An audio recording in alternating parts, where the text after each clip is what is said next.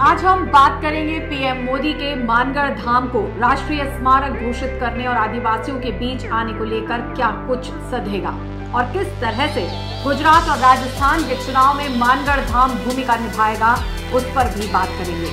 साथ ही सियासी ट्रैक का सफर कितना तय हो पाएगा, उस पर भी हम नब टटोलने की कोशिश करेंगे। शहर की खबरों में आज बात करेंगे सीएम की जन सुनवाई से पूर्व कार्यकर्ता व पुलिस के बीच तीखी बहस की। ये भी बताएंगे कन्हैयालाल मामले में निलंबित 3 अधिकारियों को लेकर क्या आदेश आए। नमस्कार, मैं हूं भावना।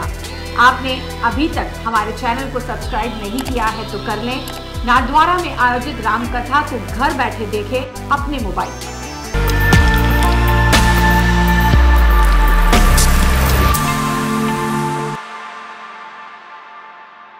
पीएम नरेंद्र मोदी मंगलवार को राजस्थान के बांसवाड़ा जिले के मानगढ़ धाम के दौरे पर रहे। यहां उन्होंने साल 1913 में ब्रिटिश सेना की गोलीबारी में जान गंवाने वाले आदिवासियों को श्रद्धांजलि भी अर्पित की। इसके अलावा उन्होंने मानगढ़ धाम को राष्ट्रीय स्मारक घोषित किया।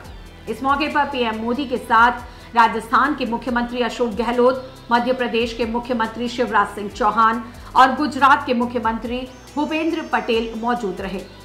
आपको बता दें कि पीएम मोदी स्वतंत्रता संग्राम के गुमनाम आदिवासी नायकों और शहीदों को श्रद्धांजलि देने के लिए आयोजित हुए सार्वजनिक कार्यक्रम मानगढ़ धाम की गौरव गाथा में शामिल होने यहां आए। उन्होंने इस कार्यक्रम में भील स्वतंत्रता सेनानी श्री गोविंद गुरु को भी श्रद्धांजलि दी। बता दें कि मानगढ़ की पहाड़ी भील समुदाय और राजस्थान, गुजरात और मध्य प्रदेश की अन्य जनजातियों के लिए विशेष महत्व रखती है। स्वतंत्रता संग्राम के दौरान यहां भील और अन्य जनजातियों ने लंबे समय तक अंग्रेजों से लोहा लिया। श्री गोविंद गुरु के नेतृत्व में 17 नवंबर 1913 को 1.5 लाख से अधिक भीलों ने मानगढ़ पहाड़ी पर सभा की थी। इस सभा पर अंग्रेजों ने गोलियां चला दी, जिसमें लगभग 1500 आदिवासियों की जान चली गई। पीएम मोदी ने कहा कि मानगढ़ धाम की सेवा मेरा सौभाग्य है। ये वीरों की तपस्या और त्याग का प्रतीक है। गोविंद गुरु ने एकता और भाईचारे का संदेश दिया। गोविंद गुरु ने आदिवासी समाज के लिए लड़ाई लड़ी। भारत का भविष्य आदिवासी समाज के बिना अधूरा है। मंगलवार को मोदी यहां आए तो ये धाम सियासी धाम बनकर भी उभरा है। दरअसल गुजरात, राजस्थान और मध्य प्रदेश में इसी इलाके से जुड़े 99 विधानसभा क्षेत्र हैं, जो एसटी यानी जनजाति के लिए रिजर्व है। इनमें राजस्थान के 25, गुजरात के 27 व मध्य प्रदेश के 47 विधानसभा क्षेत्र हैं, जो 12 लोकसभा क्षेत्र को प्रभावित करते हैं। आदिवासी इलाके में कांग्रेस ने सबसे पहले बेणेश्वर में राहुल गांधी की सबसे बड़ी सभा की थी। इसके बाद भारतीय आदिवासी जनता पार्टी के विधायकों ने एक आंदोलन में 3 राज्यों के आदिवासियों को एकत्रित किया था। अब मानगढ़ धाम में 1 लाख से अधिक लोगों को सभा में लाने की तैयारी कर भाजपा चुनावों में आदिवासी वोट बैंक को साधने की पूरी तैयारी कर चुकी है। शहर के सर्किट हाउस में सीएम अशोक गहलोत से मिलने पहुंचे पदाधिकारियों और कार्यकर्ताओं को लाइन में खड़े होने की बात पर पुलिस के साथ बहस हो गई। गुस्साए पदाधिकारियों ने वल्लभनगर विधायक प्रीति शक्तावत के नेतृत्व में पुलिस के आला अधिकारियों को जमकर डांट लगाई। इस दौरान उन्होंने कहा कि कार्यकर्ता कांग्रेस की रीढ़ है, ऐसी बदसलूकी बर्दाश्त नहीं की जाएगी। बाद में नाराज कांग्रेस के पदाधिकारियों और कार्यकर्ताओं से पुलिस के अधिकारी समझाइश का प्रयास करते रहे, लेकिन वो नहीं माने। जानकारी के अनुसार मानगढ़ धाम जाने से पूर्व सीएम अशोक गहलोत ने सर्किट हाउस में जन सुनवाई की। वहां से लौटने के बाद पुनः जन सुनवाई का कार्यक्रम था। इस दौरान उन्होंने पदाधिकारियों, कार्यकर्ताओं, क्षेत्र के लोग जो अपनी समस्या लेकर पहुंचे थे। इधर सीएम गहलोत के आने से पूर्व प्रोटोकॉल में लगे पुलिस के अधिकारियों से कांग्रेस के पदाधिकारियों और कार्यकर्ताओं की झड़प हो गई। कांग्रेस नेता सुरेश श्रीमाली व अन्य को पुलिस के अधिकारियों ने लाइन में लगने को कहा तो दोनों के बीच तीखी बहस हो गई। इसके बाद प्रीति शक्तावत पहुंची और उन्होंने पुलिस के अधिकारियों को जमकर खरी सुनाई और उन्होंने कहा कि कल भी एक अधिकारी ने कार्यकर्ताओं के साथ बदसलूकी की थी, जो कि किसी भी हाल में बर्दाश्त नहीं किया जाएगा। इस दौरान के शर्मा, दिनेश श्रीमाली सहित कई कांग्रेसी नेता मौजूद थे। ये सारे कांग्रेस के कार्यकर्ता कल रात को भी हो रहा था, आज भी हो रहा है।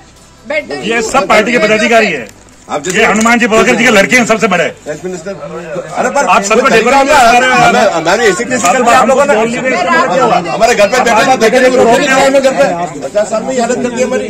कांग्रेस के सिपाही हैं, कांग्रेस गिनती के 12 आदमी खड़े टोटल यहाँ, जिसमें से आप धक्का धुक्की करा रहे हो इधर उधर यहाँ। प्लीज आप हमें लाइन में खड़ा मत कीजिए, बस हम लाइन में खड़े नहीं रहेंगे। सीएम साहब से बात कर लेंगे।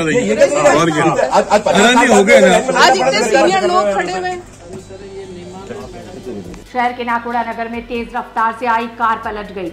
इस दौरान कार ने दर्जनों वाहनों को अपनी चपेट में लिया। गनीमत रही कि कोई जनहानि नहीं हुई। कार में 3 जने सवार थे जिनको कोई भी चोट नहीं लगी। इधर हादसे के बाद चालक मौके से फरार हो गया। सूचना पर प्रतापनगर पुलिस मौके पर पहुंची और छानबीन की। पुलिस ने बताया कि कार चालक की लापरवाही से हादसा हुआ। इस दौरान कई वाहनों को अपने चपेट में ले लिया। कोलपोल स्थित प्राचीन विठलनाथ जी मंदिर में रविवार को भव्य अन्नकूट महोत्सव संपन्न हुआ। महोत्सव में नाथद्वारा से पधारे वैष्णवाचार्य गोस्वामी वागधीश बाबा ने गोवर्धन पूजा की, जिसमें गोबर से बने गोवर्धन को जल, दूध, हल्दी, कंकु से पूजन कर भोग लगाया गया। कीर्तनकारों ने रास सारंग में पदों का गान और इसके बाद ठाकुर जी को अन्नकूट का भोग लगाया गया। आपको बता दें कि पुष्टि भक्ति मार्गीय मंदिरों में अन्नकूट का विशेष महात्म्य है। प्रभु की इस लीला को गिरियाग एवं इंद्रमान भांग लीला भी कहा जाता है। इधर नाकोड़ा नगर प्रतापनगर में गोविंद के प्रथम गौचारण दिवस गोपाष्टमी के पर अमन परिवार के सौजन्य से जय गोपाल गौशाला की ओर से मंगलवार शाम को वीराश्रम में गौ दर्शन, पूजन, सेवा और आरती का आयोजन हुआ।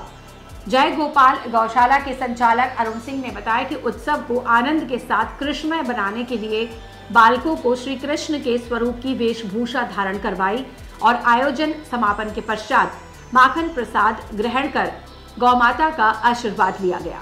उदयपुर, राजसमंद, चित्तौड़गढ़ सहित 6 जिलों के लिए मंगलवार से अहमदाबाद का सफर आसान हो गया। पीएम नरेंद्र मोदी ने सोमवार शाम असरवा गुजरात रेलवे स्टेशन से अहमदाबाद उदयपुर ट्रेन को हरी झंडी दिखाकर उदयपुर अहमदाबाद के बीच ब्रॉडगेज ट्रैक का उद्घाटन किया, तो फायदे के तमाम रास्ते खुद ब खुद आसान हो गए। इससे पर्यटन क्षेत्र के अलावा व्यापार को भी बढ़ावा मिलेगा। राजस्थान और गुजरात के बीच समय घटने का असर ये होगा कि श्रीनाथ जी, एकलिंगनाथ, द्वारिकाधीश और सांवलिया जी के दर्शन करने हो या फिर उदयपुर अहमदाबाद के बीच व्यापार को लेकर आना जाना आसान हो जाएगा। ये ट्रैक भले ही ट्रेन की हो, लेकिन सियासतदारों ने इसमें भी सियासी एंगल ढूंढ ही लिया है। ट्रैक पर सियासी रेल भी तेज गति से दौड़ी। गुजरात चुनाव से ठीक पहले इस सेवा को शुरू करने के बीच माना जा रहा है कि इससे 6 जिलों में सीधे तौर पर माहौल बनेगा, जबकि इस ट्रैक से गुजरात और राजस्थान के 12 जिलों के लाखों लोगों को फायदा होने से राजनीतिक झुकाव भी भाजपा की तरफ होगा। भाजपा गुजरात विधानसभा के चुनाव में तो इस मसले को भुनाकर अच्छी खासी बढ़त बनाएगी और जुगत लगाएगी। माना जाता है कि अहमदाबाद से सबसे ज्यादा पर्यटक उदयपुर आते हैं। अब तक ये टूरिस्ट या तो अपनी गाड़ियों से या बसों के सहारे उदयपुर पहुंचते हैं या फिर अपने निजी वाहन लेकर आते हैं। दोनों में ही या तो समय का दुरुपयोग होता है या पैसों का। व्यापारी वर्ग गुजरात और दक्षिणी राजस्थान में बीजेपी का वोट बैंक रहा है। ट्रैवल्स बसों की मनमानी के चलते व्यापारी वर्ग परेशान है। ऐसे में दोनों ही राज्यों के व्यापारी वर्ग को बीजेपी ने साधने की कोशिश कर अपने परंपरागत वोट बैंक को बीजेपी ने मजबूत करने की कोशिश की है। डूंगरपुर में संपन्न हुई 29 राज्य स्तरीय सीनियर टेनिस बॉल क्रिकेट प्रतियोगिता में उदयपुर पुरुष टीम विजेता रही तथा महिला टीम उप विजेता रही। पहले दौर में बाई मिलने के बाद उदयपुर टीम ने दूसरे दौर में करौली को, क्वार्टर फाइनल में हनुमानगढ़ और सेमीफाइनल में प्रतापगढ़ को हराया। फाइनल मुकाबले में मेजबान डूंगरपुर को 5 विकेट से हराकर उदयपुर ने खिताब पर कब्जा किया। यूनिक क्रिकेट एकेडमी के कोच शाहरुख खान ने बताया कि यूनिक क्रिकेट एकेडमी के शुभम मल्होत्रा, देवांश चनाल, मोहम्मद कीबलेन, किशन डांगी, जितेंद्र गायरी, कोच व कप्तान शाहरुख खान ने उत्कृष्ट प्रदर्शन किया। वहीं महिला टीम ने यूनिक क्रिकेट एकेडमी की साक्षी सिंह व प्रियांशी चौधरी ने उत्कृष्ट प्रदर्शन किया। जिला टेनिस बॉल क्रिकेट संघ के अध्यक्ष आदित्य विक्रम सोमानी, सचिव दिल शेख मोहम्मद, उपाध्यक्ष विनय जोसेफ ने खिलाड़ियों को बधाइयां दी हैं।